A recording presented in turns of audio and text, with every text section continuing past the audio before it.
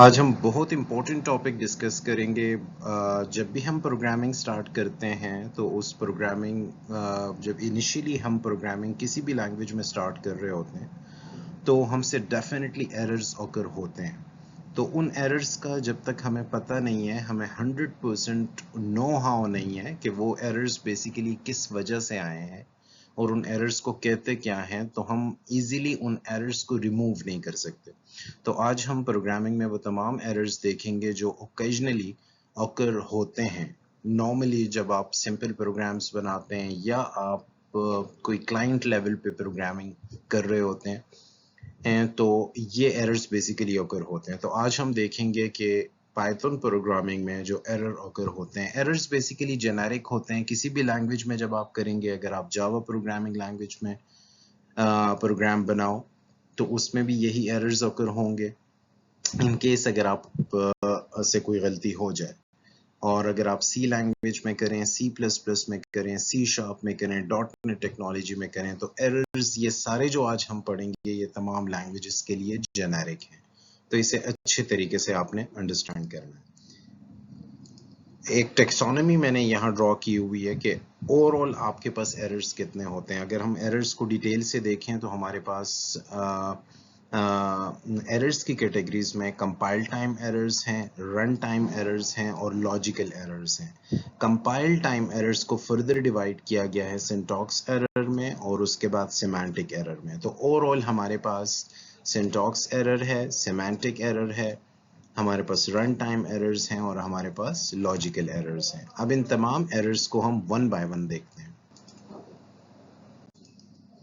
जहां तक syntax error की बात है तो याद रखें, कोई भी लैंग्वेज जब हम सीखते हैं तो उसके लिए उसके ग्रामर का आना बहुत ज़रूरी होता है। ग्रामर बेसिकली कुछ रूल्स एंड रेगुलेशंस होते हैं जिसे हमने फॉलो करना है। तो जब भी हम प्रोग्रामिंग लैंग्वेज सीखेंगे तो उसका भी अपना सिंटैक्स होता है। अगर हम उस लैंग्वेज के सिंटैक्स में कोई एरर परफॉर्म करते हैं तो वो बेसिकली सिंटैक्स एरर कहलाएगी। इन अदर वर्ड्स, अगर हम उस लैंग्वेज की ग्रामर में कोई मिस्टेक करते हैं, उस लैंग्वेज के रूल्स एंड रेगुलेशन को फॉलो नहीं करते, तो हमारे पास सिंटैक्स एरर ऑकर होती है। यहाँ एक सिंपल एग्जांपल आपको पाइथन का कोड लिखा गया है। अगर आप इस कोड को देखें तो इनिशियली a को 2 वैल्यू असाइन की गई है और उसके बाद अगर आप इफ कंडीशन को देखें तो यहाँ सिंटैक्स एरर ऑकर हुआ है। यहाँ बेसिकली फुल कॉलन आपको नजर नहीं आ रहा।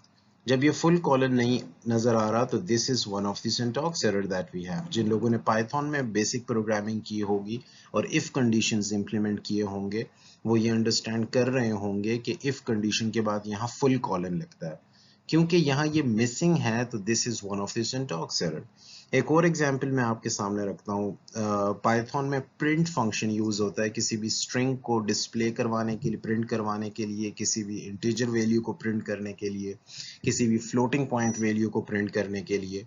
तो अगर इस प्रिंट की जगह गलती से हम प्रिंट लिख दें, PINT, तो this is one of the syntax error. ये आप ग्रामर को प्रॉपरली फॉलो नहीं कर रहे। तो ये एक second type of syntax error है इन केस अगर गलती से आप प्रिंट को प्रॉपरली ना लिख पाओ। एक और एग्जांपल मैं आपको देता हूं। लेट्स सपोज आप ये पैरेंथेसिस जिसे डेलिमीटर भी कहते हैं, अगर ये गलती से eight the end of the print function जो कि बिल्ट इन फंक्शन है उसके लास्ट में ना दे पाओ तो this is also one of the syntax error that we have. तो जब हम किसी भी लैंग्वेज के ग्रामर में कोई मिस्टेक करेंगे, उस लैंग्वेज के रूल्स एंड रेगुलेशंस को नहीं फॉलो करेंगे, तो this is basically known as the syntax error. तो होपफुली आपको सिंटैक्स एरर समझ आ गया होगा। उसके बाद सेमांटिक एरर है, बहुत इंपॉर्टेंट है इसे समझना। जब हम प्रोग्राम बनाते हैं किसी भी लैंग्वेज में तो हमें काफ़ी सारे मैथमेटिकल एक्सप्रेशंस यूज़ करने पड़ते हैं। अब उन मैथमेटिकल एक्सप्रेशंस को यूज़ करने के अपने रूल्स हैं। अगर मैथमेटिकल एरर कोई आपके प्रोग्राम में ऑकर होता है तो these kind of errors are basically known as semantic error. Let's suppose एक सिंपल एग्जांपल मैं आपको देता हूं। अगर मैं 4AB यहां लिखता हूं तो आम मैथमेटिक्स में अगर हम बात करें तो ये बिल्कुल ठीक है। आम मैथमेटिक्स की बात कर रहा हूं मैं। 4A से मल्टीप्लाई हो रहा है और उसके बाद उसका रिजल्ट B से मल्टीप्लाई होके आपको आउटपुट जनरेट करके देगा। लेकिन अगर हम प्रोग्रामिंग के पॉइंट ऑफ व्यू से बात करें तो this is one of the semantic error that we have. Programming में हमें कैटेगरिकली उसे बताना है कि 4 को हमें मल्टीप्लाई करना है a के साथ and then we have to multiply the result of 4 and a with b. तो हमें इस static को mention करना है. This is basically the multiplication operator that we have in Python और किसी भी प्रोग्रामिंग लैंग्वेज में. तो हमें किसी भी लैंग्वेज में इसको कैटेगरिकली मेंशन करना है.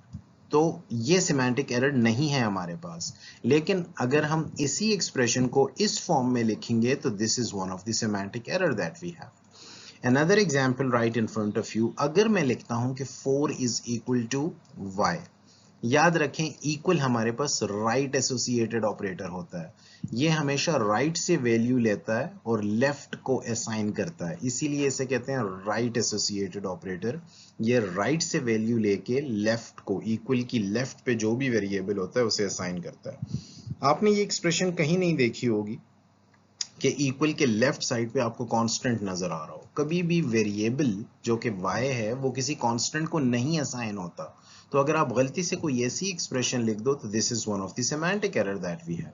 अगर हम इसे करेक्ट फॉर्म में लिखना चाहें तो हमने क्या करना है, y is equal to 4. So this is the correct version. तो इस केस में इसने आपको क्या ऑकर करके देना है, सिमेंटिक एरर आपको देना है, और इस केस में ये करेक्ट वर्जन है इसका. इस केस में इसने कोई भी प्रॉब्लम नहीं करनी. तो आपके प्रोग्राम में जितने भी मैथमेटिकल एक्सप्रेशंस हैं, अगर उनमें कोई एरर आपको आ जाता है या गलती से अगर हो जाता है तो वो सिमेंटिक एरर कहलाएगा. होपफुली आपको सिमेंटिक एरर की समझ आ गई होगी. Third one is basically the logical error. सबसे मुश्किल एरर जो कि एज अ प्रोग्रामर आपको देखना होता है या आप उसे एक्सट्रैक्ट कर सकते हो किसी भी प्रोग्राम से, वो लॉजिकल एरर कहलाता है. क्योंकि लॉजिकल एरर के केस में आपका प्रोग्राम 100% रन हो रहा होता है, रिजल्ट जनरेट कर रहा होता है, लेकिन जो रिजल्ट आप एक्सपेक्ट कर रहे होते वो रिजल्ट आपके पास नहीं आता क्योंकि आपके लॉजिक की मिस्टेक होती है. लेट्स सपोज, इस एग्जांपल पे जाने से पहले मैं आपको एक सिंपल एग्जांपल देता हूं. मैं आपको इंस्ट्रक्ट करता हूं कि आपने y is equal to a plus b at the end of the day find करना है, और आप गलती से इस पर्टिकुलर एक्सप्रेशन को जब प्रोग्राम बनाने लगते हो तो गलती से इस एक्सप्रेशन को y is equal to a minus b लिख लेते हो. देखें, इस केस में भी आपके प्रोग्राम ने रन होना है और इस केस में भी आपके प्रोग्राम ने रन होना है. मैंने आपको इंस्ट्रक्ट किया कि मुझे इस तरह के का रिजल्ट चाहिए, तो eight the end of the day मुझे एडिशन का रिजल्ट चाहिए, लेकिन आपने गलती से प्लस की जगह क्या लिखा, सब्ट्रैक्शन लिख दिया, डिफरेंस लिख दिया. तो जब ये डिफरेंस कैलकुलेट करेगा तो उस केस में कंपाइलर तो रन करेगा इस प्रोग्राम को, कोई भी एरर जनरेट करके नहीं देगा आपको, लेकिन रिजल्ट आपका करेक्ट नहीं आएगा. तो आपसे कहा जाएगा कि रिजल्ट तो आपका ठीक नहीं है. आप खुद कंफ्यूज हो जाओगे कि प्रोग्राम तो मेरा 100% रन हो रहा है, रिजल्ट भी जनरेट हो रहा है, लेकिन रिजल्ट क्यों ठीक नहीं आ रहा. तो डेफिनेटली आपको अपने प्रोग्राम के हर एक लाइन को देखना होगा प्रॉपरली इसके लिए. तो इसीलिए लॉजिकल एरर को एक्सट्रैक्ट करना, जब ये अकर हो जाए तो इसे एक्सट्रैक्ट करना बड़ा मुश्किल होता है, क्योंकि इस केस में हमारा प्रोग्राम सक्सेसफुली रन हो रहा होता है.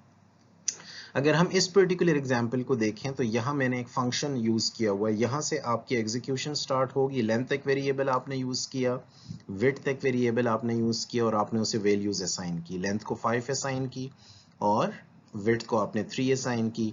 यहाँ कैलकुलेट एरिया एक यूजर डिफाइंड फंक्शन है जो कि कॉल करवा रहे हो आप. Area is equal to calculate area, और इसमें दो पैरामीटर्स पास हो रहे हैं.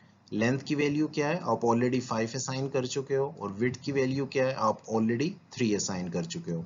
तो आप जब इस फंक्शन को कॉल करोगे तो आपका कंपाइलर डायरेक्टली यहाँ पे जंप कर जाएगा. इस लेंथ को क्या वैल्यू मिल जाएगी, आप ऑलरेडी 5 असाइन कर चुके हो. विड्थ को क्या वैल्यू मिलेगी, आप ऑलरेडी 3 असाइन कर चुके हो. और ये इस पर्टिकुलर यूजर डिफाइंड फंक्शन की बॉडी के अंदर जब आप आओगे तो ये रिटर्न क्या कर रहा है, लेंथ प्लस विड्थ. इसका मतलब है ये क्या रिटर्न करेगा, 5 प्लस 3. इसका मतलब है इसने क्या रिटर्न करना है, 8 रिटर्न करना है.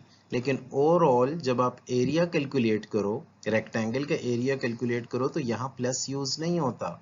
जो करेक्ट फॉर्मूला है वो ये आपको नजर आ रहा है, लेंथ मल्टीप्लाई बाय विड्थ. तो इस केस में इसने 8 रिटर्न करना है. जब ये 8 रिटर्न करेगा तो 8 एरिया को असाइन होगा और एरिया को आप डिस्प्ले करवा दोगे प्रिंट फंक्शन के जरिए।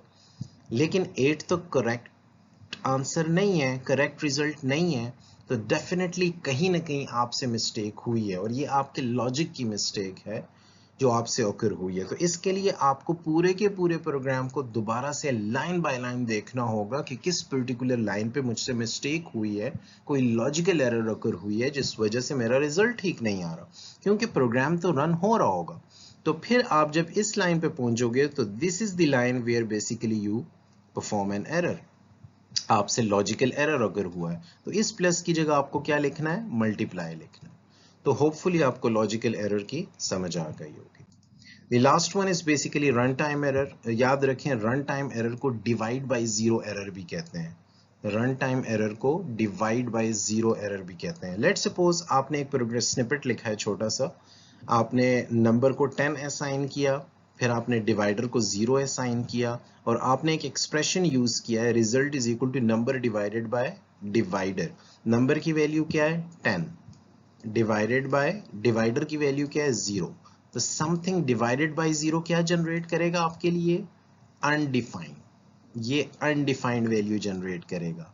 तो अनडिफाइंड वैल्यू को तो कंपाइलर प्रोसेस ही नहीं कर सकता।